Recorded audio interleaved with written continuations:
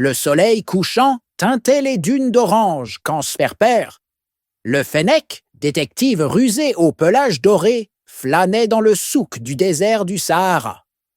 Ses grandes oreilles captaient chaque murmure, chaque rumeur.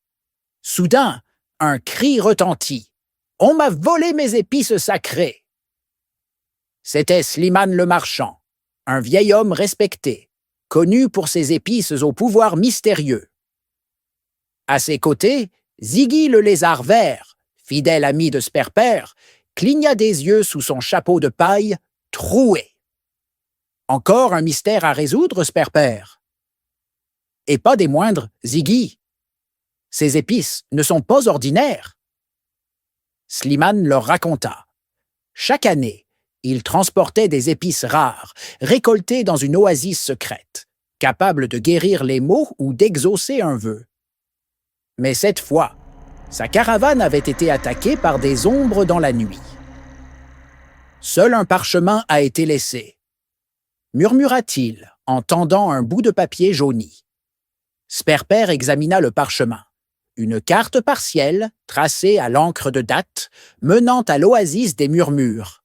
« Quelqu'un veut ces épices pour leur pouvoir, Ziggy, et je sais qui. » Les deux amis traversèrent les dunes, guidés par les étoiles. Ziggy, expert en pistage, repéra des traces de pas menant à une caverne. À l'intérieur, des bandits masqués triaient des sacs d'épices volés. Leur chef, Pico le Scorpion, un ancien associé de Slimane, ricana. « Ces épices me rendront riche! Personne ne peut les retrouver ici! » Mais Sperper avait un plan.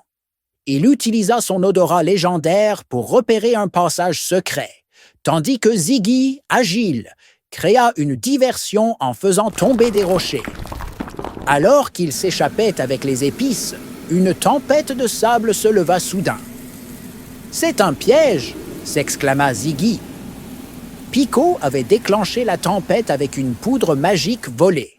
Sperper, les yeux plissés, murmura « Il nous faut l'épice de la clarité. Elle seule peut dissoudre cette illusion. » Ziggy fouilla les sacs et en sortit une poignée de graines dorées. « Tiens, ça brille !» Sperper les jeta au vent. Instantanément, la tempête s'apaisa, révélant Pico, désorienté. De retour au souk, Slimane, ému, remercia les deux héros. « Vous avez sauvé bien plus que des épices. Vous avez préservé la magie du Sahara. » Il leur offrit un sac d'épices en récompense. « Prenez-en soin. Elles ne révèlent leur pouvoir qu'à ceux qui croient en la générosité. » Sperper sourit, les oreilles frémissantes. « Un mystère de plus résolu, Ziggy. Mais le désert recèle encore bien des secrets. » Assis sur une dune, Sperper et Ziggy partagèrent un thé à la cannelle, contemplant les étoiles. « Tu crois que les épices ont vraiment des pouvoirs ?» demanda Ziggy. « Peut-être, Ziggy, mais le vrai miracle, c'est l'amitié et le courage. »